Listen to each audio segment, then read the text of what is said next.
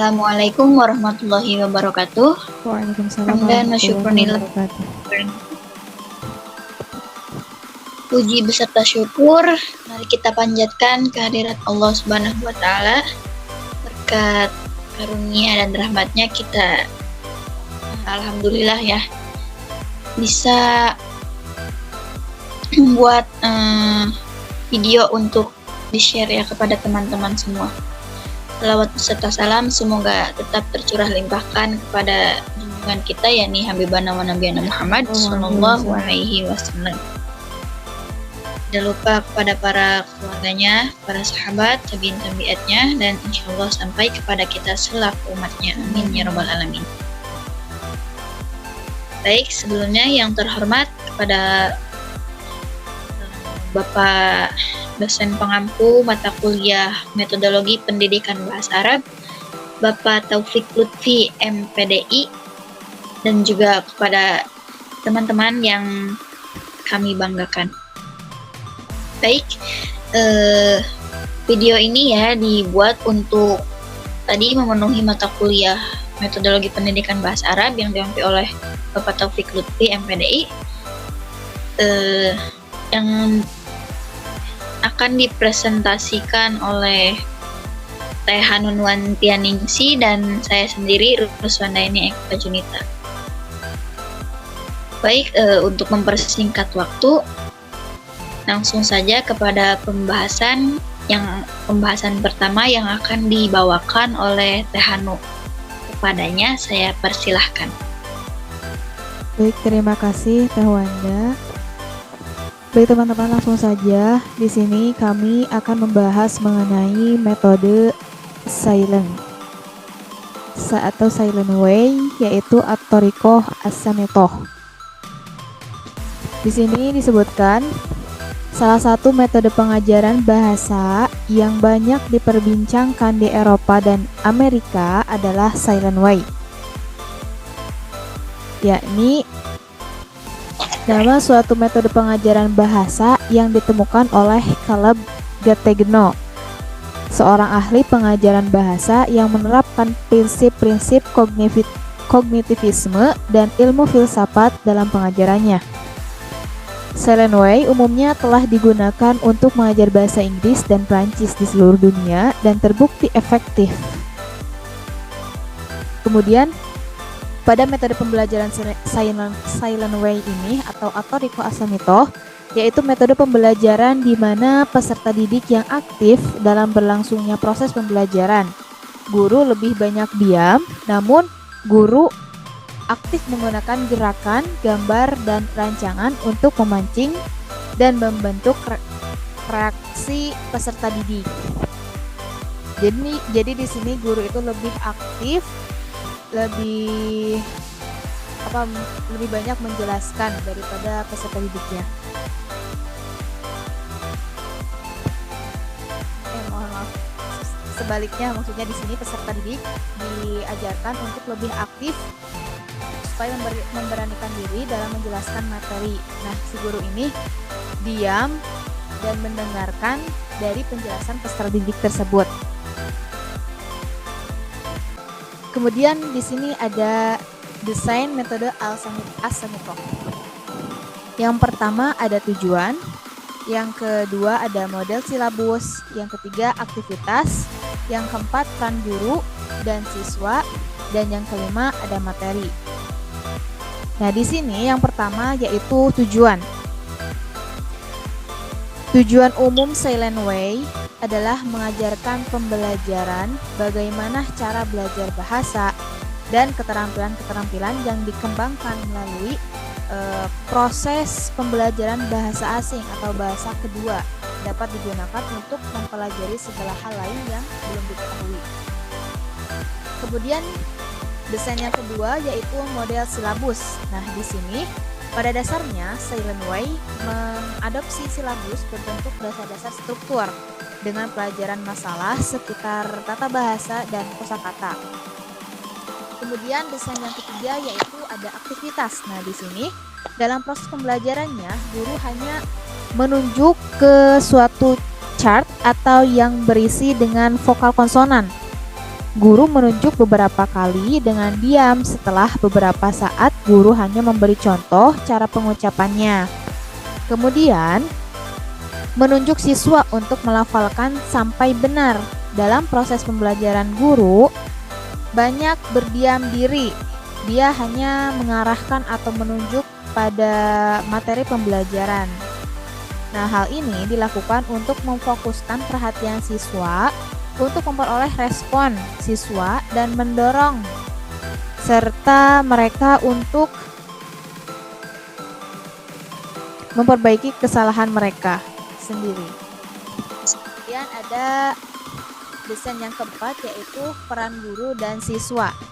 Nah, di sini menurut Gettegno, melihat pembelajar bahasa merupakan proses pertumbuhan pribadi yang tumbuh dari diri siswa secara sadar dan dijadikan tantangan bagi yang tumbuh dari siswa secara sadar. Siswa dapat mengembangkan kepribadian, otonomi, dan tanggung jawab. Jadi siswa ini harus sadar bahwa keahlian atau skill yang didapat tergantung pada diri sendiri dan harus menyadari bahwa menggunakan bahasa berguna untuk mempelajari bahasa baru. Kemudian desain yang terakhir yaitu materi. Materi di sini pada metode Asamito atau Silent Way dikenal karena sifat unik sebagai bahan ajar untuk guru melakukan silent. Bahan ajar yaitu berbentuk satu set balok berwarna kode-kode grafik kosakata pointer yang semuanya digunakan untuk menggambar hubungan antara bunyi dan arti dalam bahasa target. Mungkin dicukupkan sekian penjelasan dari saya. Selanjutnya akan disampaikan oleh Teh Wanda. Mangga Teh Wanda. Baik, terima kasih Teh Hana atas penjelasannya ya. Baik, di sini saya akan melanjutkan ya pembahasan tadi tentang Toriko Asamita atau Silent Way. Pembahasan berikutnya yaitu ada prosedur atau Toriko Asamita ini. Jadi prosedurnya itu bagaimana? Yang pertama di sini ada prosedur menurut Stefik ya. Jadi menurut Stefik itu ada 3 langkah prosedur ya. Yang pertama itu pendidik menunjuk pada simbol-simbol yang tidak bermakna. Jadi tanpa ada tulisan begitulah kurang lebihnya ya. Pada sebuah kartu dinding. Nah, kemudian simbol-simbol itu mewakili suku kata bahasa lisan. Nah, setelah itu kemudian peserta didik membaca bunyi-bunyi itu dengan suara nyaring. Untuk pertamanya dibaca secara bersamaan. Setelah selesai dibaca bersama-sama, maka dilanjutkan dengan membacakan dengan sendiri-sendiri atau secara individu. Kemudian yang kedua, setelah peserta didik dapat mengucapkan bunyi-bunyi tersebut, nah, pendidik beralih kepada kartu kedua yang berisi kata-kata yang sering dipakai dalam bahasa yang kita ajarkan. Ya, contohnya dalam hal ini kita memakai bahasa Arab, juga termasuk dengan angka-angka. Nah, pendidik itu membimbing peserta didik untuk mengucapkan angka-angka yang panjang. Kemudian prosedur yang ketiga yaitu pendidik menggunakan balok-balok berwarna dan kartu-kartu yang digerakkan untuk membimbing para siswa ke arah menghasilkan atau membentuk kata-kata dan struktur gramatikal dasar yang diperlukan atau juga yang diinginkan. Berikutnya ada prosedur menurut Acep Hermawan. Nah, di sini secara garis besar ya, yang pertama itu ada tahap pendahuluan. Pada tahap pendahuluan ini, guru menyediakan alat peraga. Ya, di sini contohnya itu papan peraga yang bertuliskan materi ya. Kemudian papan ini berisi ejaan dari semua suku kata dalam bahasa asing yang dipelajari. Kemudian juga yang kedua ada alat peraga berupa tongkat atau balok kayu. Tongkat ini biasanya berjumlah 10 warna ya, 10 warna yang berbeda-beda tentunya, yang nantinya digunakan sebagai alat peraga dalam membentuk kalimat lengkap. Kemudian yang kedua, guru menyajikan satu butir bahasa yang dipahami. Nah, penyajian ini hanya satu kali saja. Dengan demikian, guru itu memaksa para pelajar untuk menyimak dengan sebaik mungkin karena penyajian ini hanya disajikan satu kali saja. Nah, untuk permulaannya guru tidak mengatakan apa-apa, akan tetapi hanya menunjukkan simbol-simbol yang tertera yang tadi di papan peraga ya, di alat peraga. Di sini ada papan peraga. Kemudian para murid ataupun pelajar mengucapkan simbol yang ditunjuk guru dengan melafalkan sekeras mungkin. Dan tujuannya yaitu guru menyajikan satu butir bahasa yang dipahami oleh siswa. Kemudian dalam penyajiannya itu hanya satu kali saja. Nah, dalam artian berarti guru itu memaksa para pelajar untuk menyimak penyajian materi dengan baik, dengan sebaik mungkin. Nah, awalnya guru itu tidak mengatakan apa-apa dan hanya menunjukkan simbol-simbol yang tertera di papan peraga. Setelah itu, siswa ataupun ditunjuk oleh guru dengan melafalkan dengan lantang atau keras. Nah, untuk pelafalan pertama ya, awal-awal itu dilakukan secara serentak atau bersama-sama. Nah, kemudian baru setelah itu atas petunjuk guru, maka pelafalan tersebut dilakukan oleh individual atau satu persatu peserta didik ataupun pelajar. Nah, kemudian yang ketiga, setelah para siswa mampu mengucapkan bunyi-bunyi dalam bahasa asing yang tadi telah dipelajari, guru menyajikan papan peraga kedua, yaitu berisi tentang kosakata yang terpilih. Nah, kosakata ini diambil dari kalimat-kalimat yang paling sering digunakan dalam komunikasi sehari-hari. Kosakata ini juga sangat berguna bagi para pelajar dalam menyusun sebuah kalimat secara mandiri tanpa bantuan pendidik ataupun guru. Kemudian langkah yang keempat, yaitu guru menggunakan tongkat warna-warni yang telah disediakan untuk memancing para pelajar agar berbicara bahasa asing yang sedang dipelajari. Nah, pada saat ini guru mengangkat tongkat dan berkata misalnya, hadzal 'asha ahmaru. Nah, setelah itu guru mengangkat tongkat lain yang berbeda warna. Misalnya, hadzal 'asha azraqu.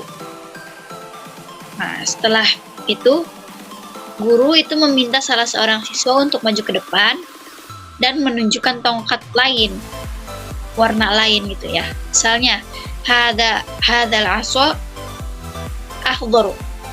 Kemudian siswa itu mengatakan hadzal 'asha akhdharu. Itu sebagai beberapa contoh ya, dan masih banyak lagi contoh-contohnya. Kemudian setelah siswa tersebut diminta untuk melakukan dan mengatakan hal yang sama kepada teman lainnya dan seterusnya.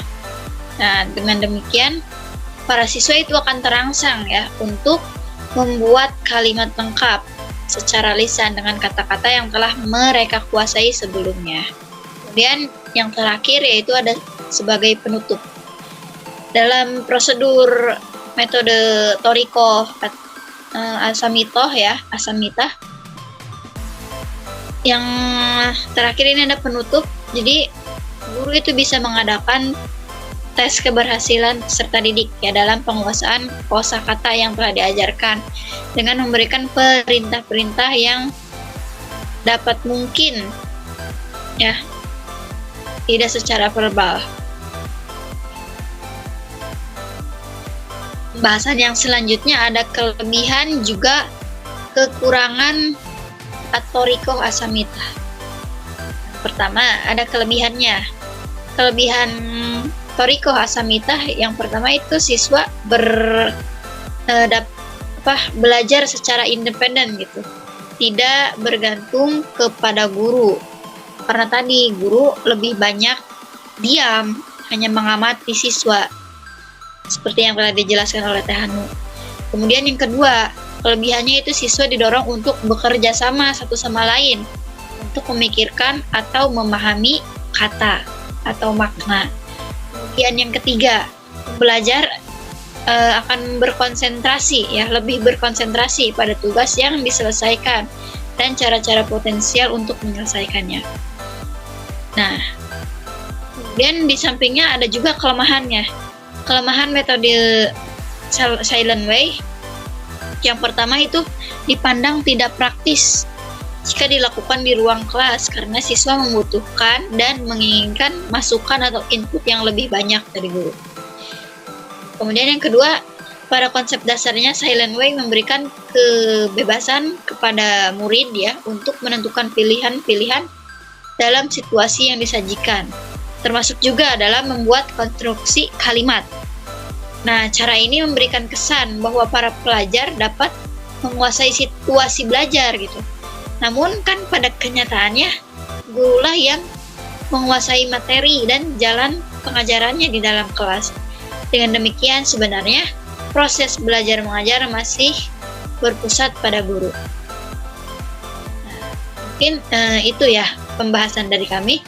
Dan untuk kesimpulannya, jadi metode Silent Way ataupun metode Toriko Asamita ini pada intinya pendidik ataupun guru itu lebih banyak diam secara verbal, namun aktif menggunakan gerakan. Jadi lebih banyak gerakannya daripada bicara. Kemudian guru juga menunjukkan gambar ataupun suatu rancangan untuk memancing dan membentuk reaksi dari siswa, dari murid.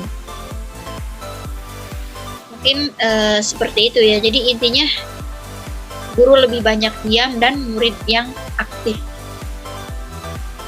Dicukupkan sekian dari kelompok kami yang beranggotakan Teh Hanun Wantianingsi dan juga saya Ruswandaini Eka Jumita.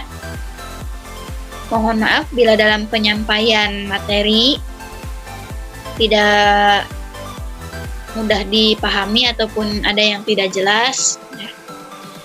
Sekian dari kami, billahi taufik wal hidayah. Wassalamualaikum warahmatullahi wabarakatuh. Terima kasih semuanya.